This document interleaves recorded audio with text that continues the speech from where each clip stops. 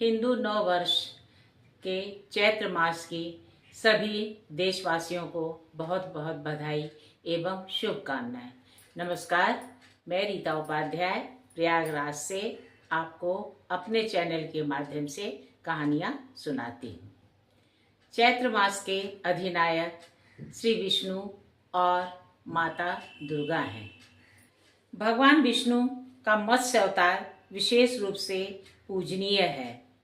इस माह में भगवान ब्रह्मा द्वारा सृष्टि रचना, सूर्य की उपासना और भगवान श्री राम एवं हनुमान जी का जन्मोत्सव विशेष रूप से मनाया जाता है। चैत्र प्रतिपदा को सृष्टि का आरंभ और नव वर्ष माना जाता है। यह महीना बसंत ऋतु का प्रारंभ है, ऊर्जा और सृजन का प्रतीक माना जाता है। चैत्र मास में बहुत सारे त्योहार आते हैं जो हमारे जीवन में उमंग और विविधता लाते हैं। अगर ये त्योहार न हो तो हमारा जीवन नीरस हो जाएगा। अपने जीवन में उल्लास, प्रेम और स्फूर्ति लाने के लिए हम तरह तरह का त्योहार मनाते हैं। भगवान विष्णु के 10 अवतारों में से प्रमुख पहले अवतार की हम चर्चा करेंगे। भगवान विष्णु का पहला अवतार मत्स्यावतार था। कथा का प्रारंभ करने के पहले हम गणेश भगवान की स्तुति करते हुए उनकी महिमा की गाथा सुने। प्राचीन काल की बात है। सिंधु देश की पल्ली नगरी में कल्याण नामक एक धनी सेठ रहता था। उसकी पत्नी का नाम इंदुमती था। विवाह होने के बहुत दिनों के पश्चात उनके पुत्र हुआ। उसके जन्मोत्सव में उन लोगों ने अनेक दान पुण्य किए। राग रंग और आमोद प्रमोद में पर्याप्त धन व्यय किया। उस पुत्र का नाम रखा गया वल्लाल। वह उन दोनों के नैनों का तारा था। वल्लाल परम गणेश भक्त था। वह अपने दोस्तों के साथ गणेश जी की पूजा आराधना का खेल खेला करता था। एक दिन वल्लाल ने सरोवर के किनारे एक छोटे से पत्थर को श्री गणेश का श्री विग्रह मानकर बालकों को पूजा करने की प्रेरणा दी। उसने श्री गणेश महिमा के संबंध में अनेक बातें घर पर सुनी थी। लता पत्र एकत्र कर बालकों ने एक मंडप बना लिया।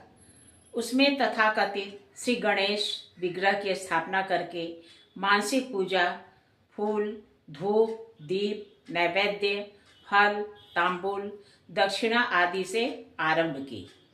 उनमें से कई एक पंडितों का स्वांग बनाकर पुराणों और शास्त्रों की चर्चा करने लगे। इस प्रकार श्री गणेश की उपासना में उनका मन लग गया। वे दोपहर को भोजन करने घर नहीं आते थे, इसलिए दुबले हो गए।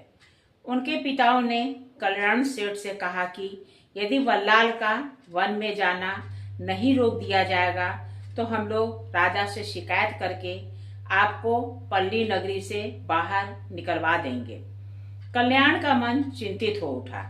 ये तो नगरी गणेश है बच्चों, असली गणेश तो हृदय में रहते हैं। कल्याण ने डंडे से वल्लाल को सावधान किया। पिताजी, आप जो कुछ भी कह रहे हैं वह आपकी दृष्टि में नितांत सत्य है, पर मेरी निष्ठा तो गणेश के इसी विग्रह में है। मैं पूजा नहीं छोड़ सकता। वल्लाल का इतना कहना था कि शेष ने उसे मारना आरंभ किया। अन्य बालक भाग निकले। सेठ ने मंडप तोड़ डाला और वल्लाल को मोटे रस्से से पेड़ के तने से बांध दिया। यदि इस विग्रह में श्री गणेश होंगे तो तुम्हारा बंधन खुल जाएगा। इस निर्जन वन में वही तुम्हारी रक्षा करेंगे। ऐसा कहकर कल्याण ने घर का रास्ता लिया। निसंदेह श्री गणेश ही मेरे माता पिता हैं। वे दया में ही मेरी रक्षा करेंगे। वे विघ्न विदारक, सिद्धिदायक, सर्वसमर्थ हैं। मैं उनकी शरण में अभय हूँ। वल्लाल की निष्ठा बोल उठी। वह हृदय में करुणा का वेग समेटकर निर्विमेष नेत्रों से श्री गणेश के विग्रह को देखने लगा।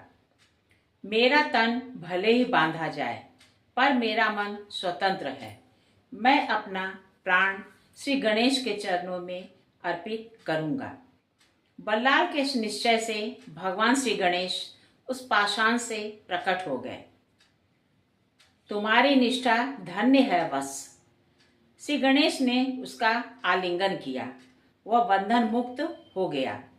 उसने अपने आराध्य की खुलकर स्तुति की। श्री गणेश ने उसे अभयदान दिया और स्वयं अंतर्ध्यान हो गए।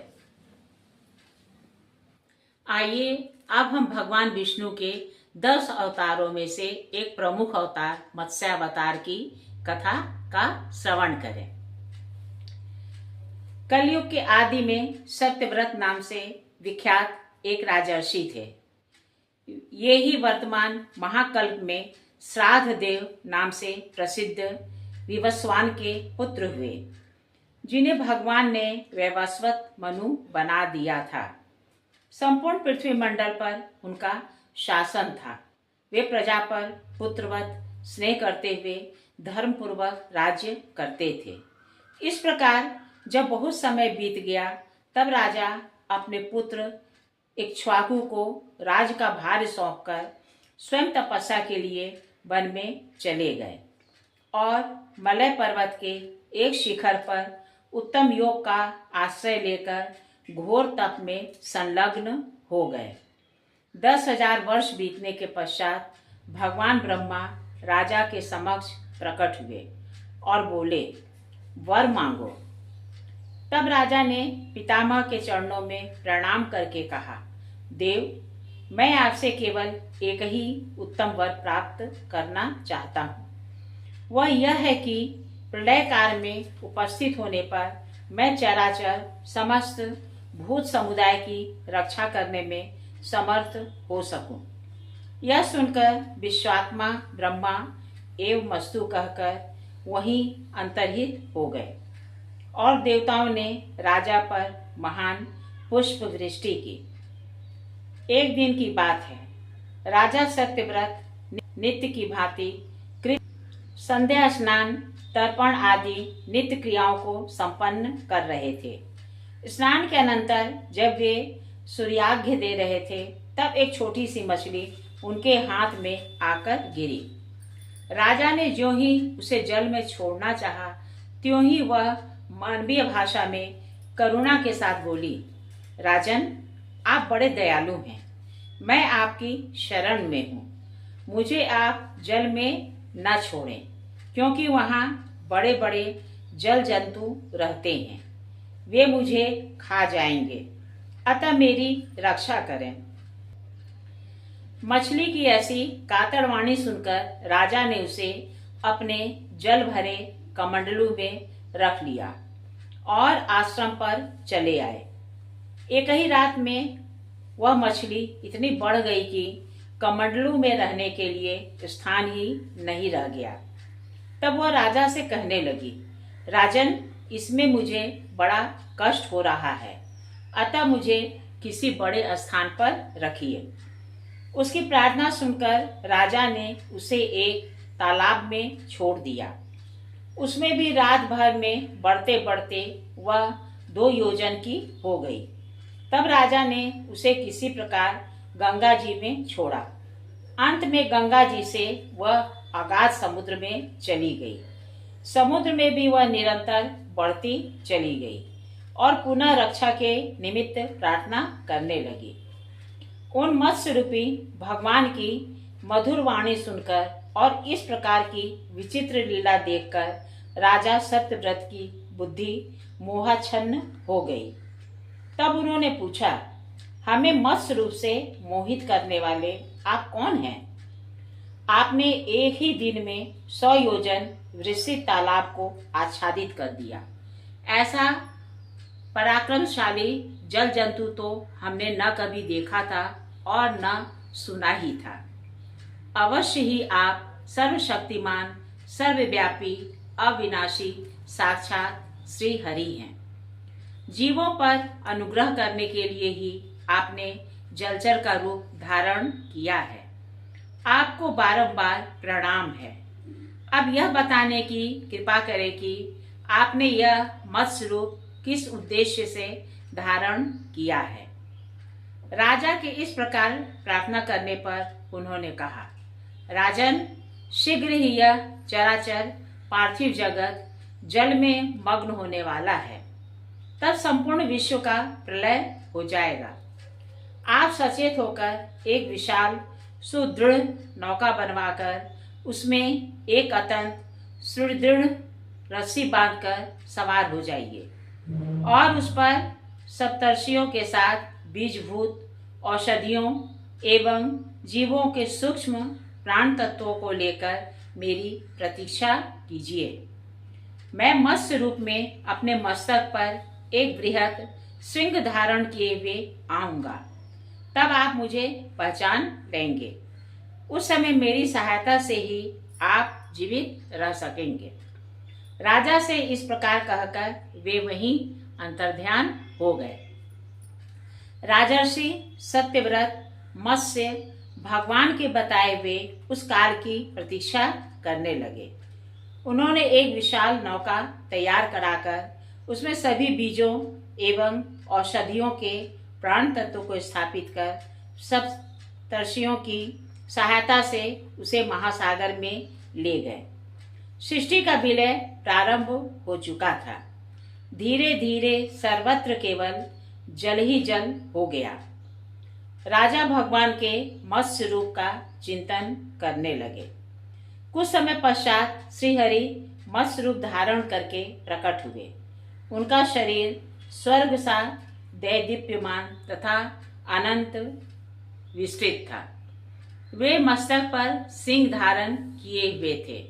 राजा ने उस सिंह में रस्सी के द्वारा नाव को बांध दिया। फिर तो महासमुद्र के मध्य विक्षुब्ध उत्ताल तरंगों के बीच वह नौका विचित्र रूप से झूलने लगी। उस समय कहीं भी पृथ्वी और दिशाओं का पता नहीं था। मत्स्य रूपधारी भगवान श्रीहरि प्रलय पयोधि में विहार करते हुए राजा सत्यव्रत तथा सप्तर्षि गणों को स्वेच्छानुसार जो धर्म कथा सुनाते थे वही मत्स्य पुराण के नाम से संग्रहित हुआ। प्रलयांत में भगवान ने हयग्रीव असुर को मारकर उससे वेद छीन लिए और ब्रह्मा जी को दे दिए। शनैः शनैः जल घटने लगा। पृथ्वी प्रकट हुई। भगवान ने ब्रह्मा को नई सृष्टि की रचना करने की आज्ञा दी। राजा सत्यव्रत द्वारा संग्रहित उन औषधियों के बीज तथा पशु पक्षियों के सहारे पुनः सारा संसार भर गया। यही राजा सत्यव्रत इस प्रकार साथ में वैवस्वत मनु हुए, जिनका समय आज भी चल रहा है। जय सिंह कल्पद्रुप के अनुसार चैत्र शुक्ला तृतीया तथा मतांतर से पंचमी को श्री मत्स्य जयंती मानी गई है। भगवान नारायण ने उसी दिन मत्स्यावतार ग्रहण कर प्रलयकालीन जल में हयग्रीव दैत्य द्वारा अपहृत संपूर्ण धर्म कर्मों के विधायक वेदों का उद्धार किया था, धर्म का तथा ज्ञान का उपदेश दिया था और अपनी भक्त वत्सलता प्रकट की थी। मार्गशीर्ष शुक्ल पक्ष की द्वादशी तिथि मत्स्य द्वादशी के नाम से प्रसिद्ध है। इस दिन मत्स्य भगवान की विशेष रूप से पूजा करने का विधान है। कहिए मेरे श्रद्धालु श्रोताओं, आपको मेरे द्वारा कही गई कथा कैसी लगी?